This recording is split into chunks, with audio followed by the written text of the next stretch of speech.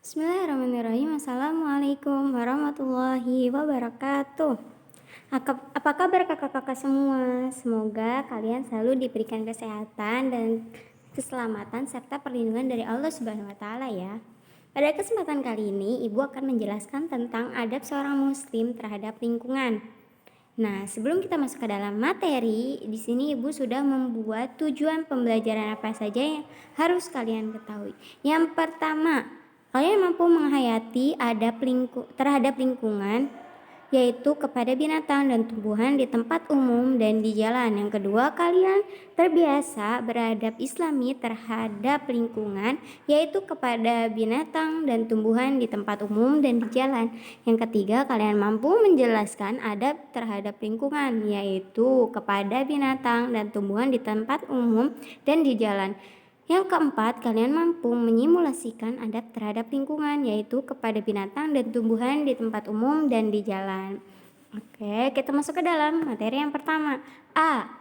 Adab terhadap lingkungan hidup. Allah menciptakan bumi sebagai tempat manusia untuk bertahan hidup. Banyak sekali sumber daya alam yang tersedia di muka bumi ini diperuntukkan untuk kelangsungan hidup manusia dan makhluk hidup lainnya. Manusia akan sangat memerlukan lingkungan hidup. Oleh sebab itu, manusia harus memiliki adab yang baik terhadap lingkungan hidup. Adab terhadap lingkungan dapat kita lakukan dengan cara menjalin dan mengembangkan hubungan yang humoris dengan alam. Alam dan lingkungan yang terkelola dengan baik dapat memberi manfaat yang berlipat-lipat. Sebaliknya, alam yang dibiarkan atau hanya diambil manfaatnya tanpa merawatnya akan mendatangkan malapetaka bagi seluruh makhluk termasuk manusia. Nah, udah jelas ya. Jadi ketika kita memanfaatkan alam ini dan berusaha menjaganya, pasti mereka akan menghasilkan sesuatu yang baik untuk kita juga. Misalkan ketika kita setelah mencabut panen, misal panen padi. Setelah kita panen padi,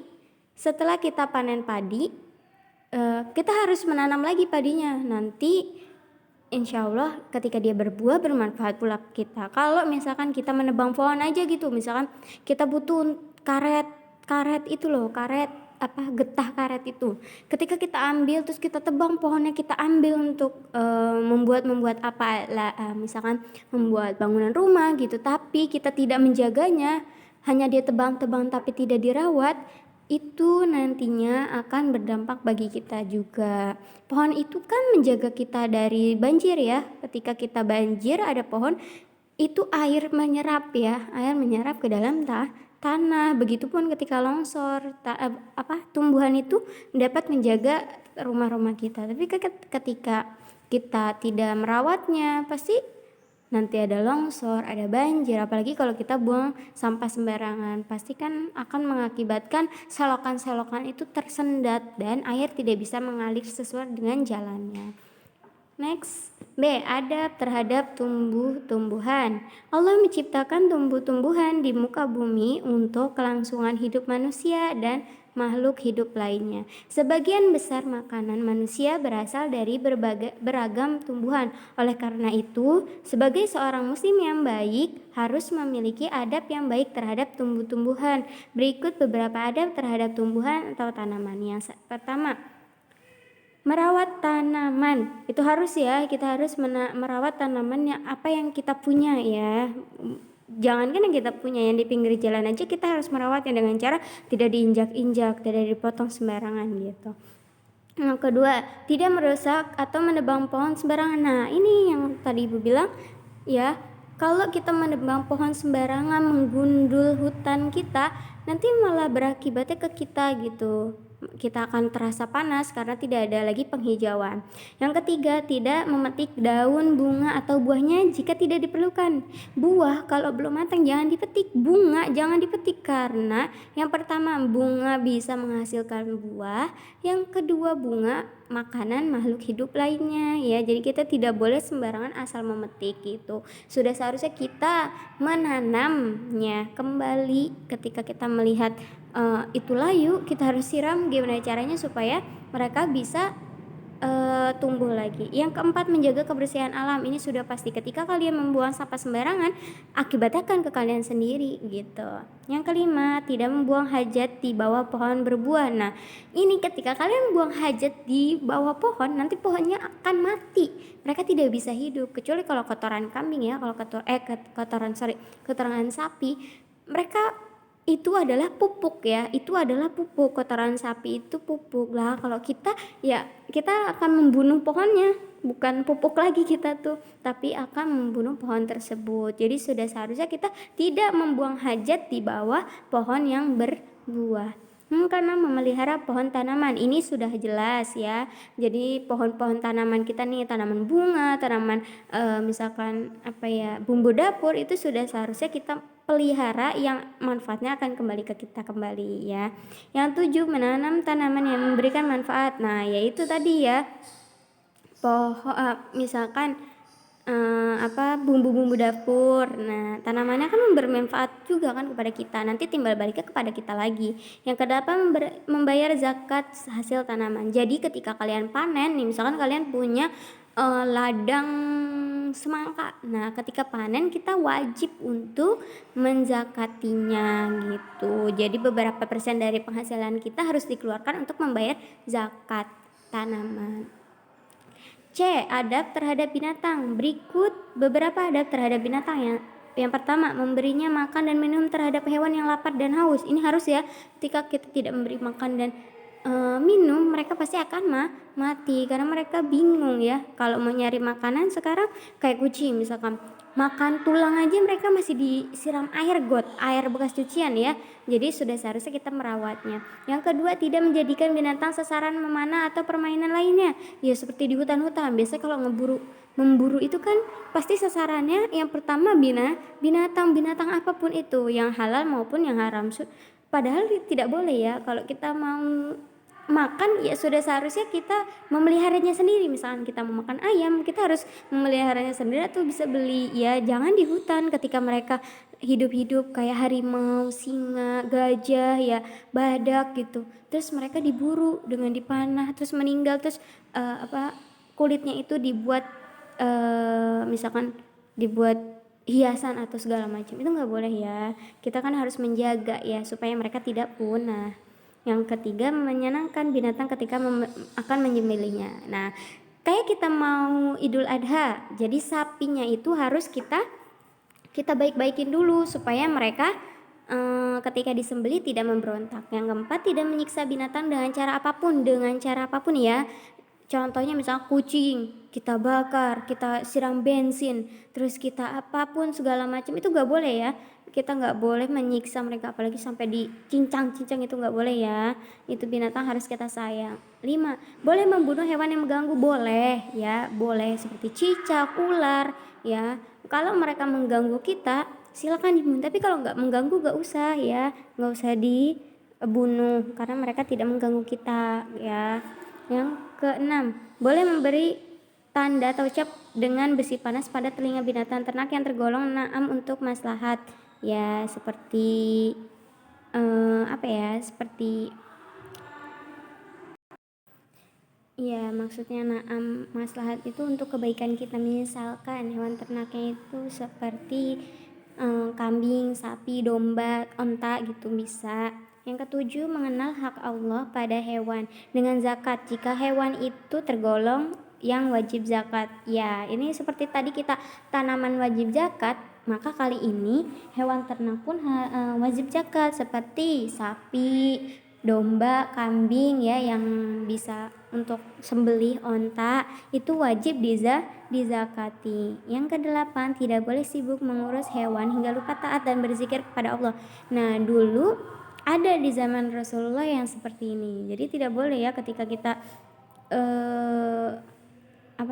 ketika kita mengurus hewan hingga lupa dengan beribadah kepada Allah tuh, jangan sampai seperti itu. Kan banyak tuh yang mengembala kambing, mengembala domba di siang hari di sawah hingga mereka melupakan sholat 5 waktu. Jadi sudah seharusnya ketika kita boleh berternak boleh ya, menjadi pengembala boleh, asalkan kita tidak lupa akan kewajiban kita sebagai seorang muslim. Kewajiban kita apa? Ya puasa-puasa, ya sholat-sholat, ya berzikir dan berzikir kan. Di zaman Rasulullah SAW kan sudah dicontohkan ya, ketika mereka bergembala. Rasulullah bergembala dari kecil, tapi beliau tidak pernah meninggalkan sholat sebelum. Jadi di zaman Rasulullah ketika mereka mengembala, mereka tidak akan melupakan yang namanya sholat. Orang zaman dulu punya banyak binatang ternak tuh, banyak onta, kambing, domba, sapi, itu banyak, tapi mereka tidak pernah meninggalkan sholat. C. Adab ketika berjalan dan ketika berada di tempat umum. Yang pertama, adab seorang muslim ketika berjalan. A. Bersikap tawadu dan tidak sombong ketika berjalan. B. Tidak berjalan dengan memakai satu sendal. C. Sesekali bertelanjang kaki ketika berjalan. D. Melakukan cara jalan yang baik dan meninggalkan cara jalan yang tidak baik. Nah, ini udah jelas nih. Jadi ketika kalian berjalan, kalian harus tawadu, nggak boleh sombong. Biasa kalau orang sombong tuh menyusungkan badan, terus dia kepalanya dangak gitu ya, nggak boleh. Itu menandakan kalian sombong. Berjalan dengan memakai satu sendal, kita tidak boleh ya kan nih, apalagi anak-anak laki-laki nih, sering banget ibu lihat kalian jalan menggunakan satu sendal, padahal itu tidak boleh, itu kelakuannya setan ya, nggak boleh. Jadi kalian tidak boleh menggunakan satu sendal, satu kaos kaki ya. Buat perempuan nggak boleh kemana-mana pakai satu kaos kaki doang, harus lengkap ya. Sesekali bertelanjang kaki ketika berjalan. Nah, ini ada manfaatnya nih. Ketika kalian tidak memakai sendal, itu ada manfaatnya, tapi ingat, sesekali, jangan tiap hari. Kalau biasanya anak laki-laki ini kemana-mana pasti sendalnya nggak dipakai, itu nggak boleh ya. Pertama, tidak baik untuk kesehatan kalian. Maksudnya tidak baik kesehatan tuh ketika, maksudnya kalau untuk saraf mungkin bagus ya jalan tidak memakai sendal itu, tapi ketika kalian sudah masuk ke dalam rumah, ke dalam kelas, terus kalian nginjek sajadah, misalkan ke masjid nggak pakai sandal terus kalian nginjek sajadah, itu kotor ya untuk kita sendiri, nanti tidak bagus untuk kita. Apalagi kalau habis becek-becek, nggak lap kaki dulu, nggak cuci kaki dulu, lap terus tiba-tiba langsung masuk nginjek-nginjek sajadah. Coba kalian bayangin betapa kotornya tuh masjid kita ya. Terus melakukan cara berjalan yang baik dan tidak meninggalkan cara jalan yang tidak baik. Cara jalan yang baik itu kalian jalannya halus, maksudnya tidak gedebak-gedebuk, nggak lari-lari ya tenang tapi bagus gitu, cepat, tenang tapi bagus, tidak gedebak-gedebuk, apalagi sampai diseret-seret, seret, itu nggak boleh ya kalau sambil jalan seperti itu. C. Jalan berjalan yang baik. 1. Berjalan dengan cepat, tenang dan baik. Nah, seperti yang tadi Ibu bilang ya, cepat, tenang tapi baik. Berjalan tegak dan tidak membungkuk. Tegak ya, bukan mendangak ya, tegak tapi tidak mendangak gitu, tegak aja gitu, tegap gitu, tegap. Posisi tegap seorang TNI gimana sih? Nah, seperti itu. Memposisikan badan badan condong ke depan ya. Jadi jalan itu jangan bungkuk. Kalau bungkuk kan pasti agak ke belakang ya, jadi kalian harus tegak, jadi agak ke depan gitu. Terus cara berjalan yang tidak baik. 1. Banyak menoleh ke kanan ke kiri ketika berjalan. Nah, ini ketika kita jalan noleh kanan noleh kiri, kita nggak akan fokus sama jalan kita, tiba-tiba kita nabrak tiang, nabrak orang gitu. Jadi harus perhatikan jalan kalian. Yang kedua, bersikap lemah ketika berjalan. Nah, ini letoy ya, bungkuk. Ketika jalan tuh bungkuk, jadi lama males, kerjanya males. Terus kalau jalan tuh pasti diseret-seret. Nah, itu berjalan yang tidak baik. Yang ketiga, berjalan dengan menerima cara jalan orang lain. Misalkan kalian melihat di depan ada perempuan, tahu sendiri kalau perempuan jalan kayak gimana, terus anak laki-laki di belakang ngikutin, geol. Nah, itu nggak boleh. Kalau perempuan nih misalkan ngelihat di depannya laki-laki jalannya itu ya langkahnya lebar-lebar, terus perempuan ngikutin langkahnya lebar gitu, itu nggak boleh ya. Jadi kalian harus memperhatikan cara jalan kalian yang lebih baik.